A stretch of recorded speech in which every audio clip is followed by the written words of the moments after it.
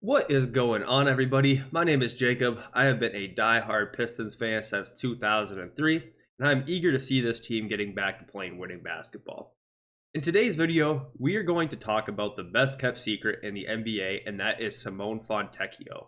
We're going to talk about the fact that he is a restricted free agent. I want to go over why I think he's so important to this team, why I think that he's way better than people maybe know, and then towards the end of the video, I also want to talk about the type of money, the type of contract that I expect him to get, and what I would be willing to pay him to stay here. So Simone Fontecchio has kind of had the perfect storm to fly under the radar during his short time in the NBA for a few different reasons. Number one, he didn't come into the NBA until he was 26 years old. He spent the first half of his career playing overseas, back home in Europe. So definitely not a typical path to the NBA like most guys that get drafted at 19, 20 years old and start playing in the league straight away. And once he came to the league, he first went to the Utah Jazz, who have been stuck in no man's land the past couple of years. So a lot of people were not checking Utah Jazz games like that. And then he got traded to the Detroit Pistons last season, where we set a record, a franchise record, by only winning 14 games. And by that point, the loss streak was over and the national attention was gone. So people really haven't had a chance to get their eyes on Simone Fontecchio from the broader NBA fan base. Simone Fontecchio is maybe a lot more than people think. Simone Fontecchio, of course, is a great three-point shooter. Last season, during his short time with the Pistons, he averaged 6.5 attempts a game while shooting 43% from three. But he's a lot more than that. Simone isn't Duncan Robinson or Sam Hauser. He's got more to his game. He can beat people off the bounce. He can attack closeouts. He's put a few people in the hoop. And most importantly, he guards. He's not going to be making all defense anytime soon, but he truly can play some defense, which makes him a real 3-and-D wing, which at this point in time is probably the most valuable player in the NBA as far as role players are concerned. So Simone Fontecchio, I think, is way better than your average fan realizes, especially if they haven't spent a lot of time watching the Jazz or Pistons. If you look back last year, during the 16 games that Simone played for the Pistons, we definitely played the best basketball of the season. We went 4-12 during that time period, which doesn't jump off the table, but 4-12, considering how bad we were, actually is better. And during that time, there was also that game where Paolo Banchero probably traveled before hitting a game winner and a couple close losses. But when you really dive into it and think back to it, a lot of those games during that short period Simone played for us, the Pistons starting crew that included Simone actually outscored the other team's starters. And that was during that point in time when Monty was playing the all bench unit. There were so many games where the starters would be up 10. Monty would bring in the full bench unit. Simone would come off the floor. Ivy would come off the floor. Cade would come off the floor. And our lead would just go. So when you look back on it, if you look at the best lineups combinations that the Pistons had last year, all of them include Simone when you really crunch the numbers. So if you're looking at 5-man rotations last year, the only 5-man rotation that played more than 40 minutes together that actually outscored the other team's unit during that time per 100 possessions, both of them included Fontecchio. Cade Dern, Fontecchio, Ivy, and Stewart. Cade Dern, Fontecchio, Ivy, and Asar. Both of those lineups played 90 minutes and 113 minutes respectively, and we outscored our opponents by +8 and +2.5 per 100 possessions with those two lineups. Those are the only two lineups that the Pistons had last year that played more than 40 minutes that outscored the other team's opponent.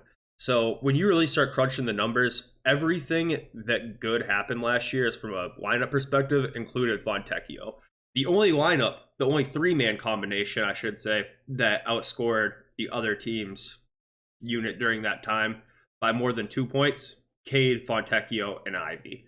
So pretty much what this breaks down to is Fontecchio is not only a great player in himself, but he does enable Cade to play better as well. He helps Cade and Ivy by creating space on the floor at a level that we haven't really seen besides maybe when Bog was here. But the difference with Bog is Bog was a different type of player than Fontecchio because Bog doesn't play defense. So Fontecchio, in my eyes, is a lot better than Bog, especially at this point in his career. I just think that this guy is so crucial for the Pistons' success going forward. for enabling Cade's development, for enabling Ivy's development.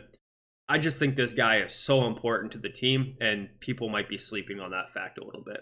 So when we're talking about cap space, cap room, and all that type of stuff, I'm far from an expert. I get the very basics of it and everything. Of course, you know, I know the difference between a restricted free agent, unrestricted free agent. I get the qualifying offer stuff.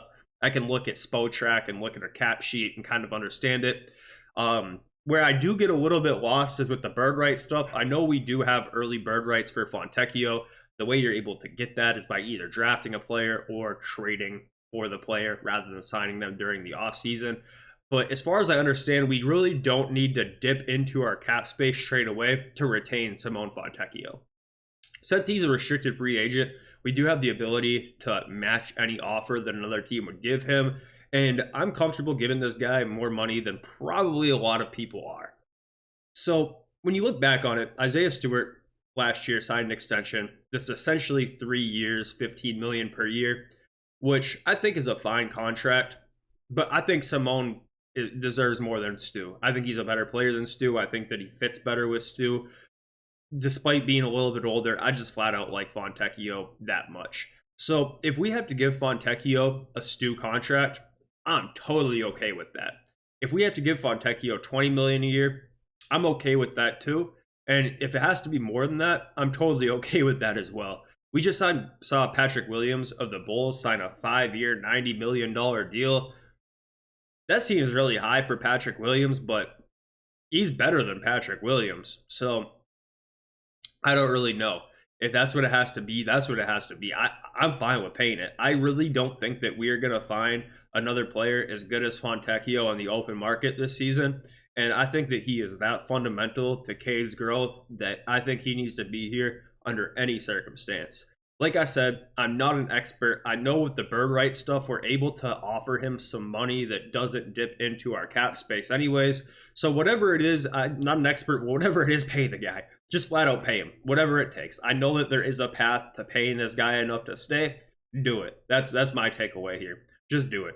If you look back on the lineups last year, Fontecchio is a part of all of the lineups that had even an inkling of success with us. When you go back and watch the games, his spacing was something that we didn't have from anybody else hardly last year. A true 42% three-point shooter, a true career 40% three-point shooter is so welcomed on this team, especially when that three-point shooter can actually guard on the other end of the floor. He can take people off the bounce. He can attack closeouts. I really don't think that we're going to find a player like Fontecchio on the open market. And I also think that if Fontecchio was on a contender, people would be absolutely loving this dude from a broader NBA viewer perspective.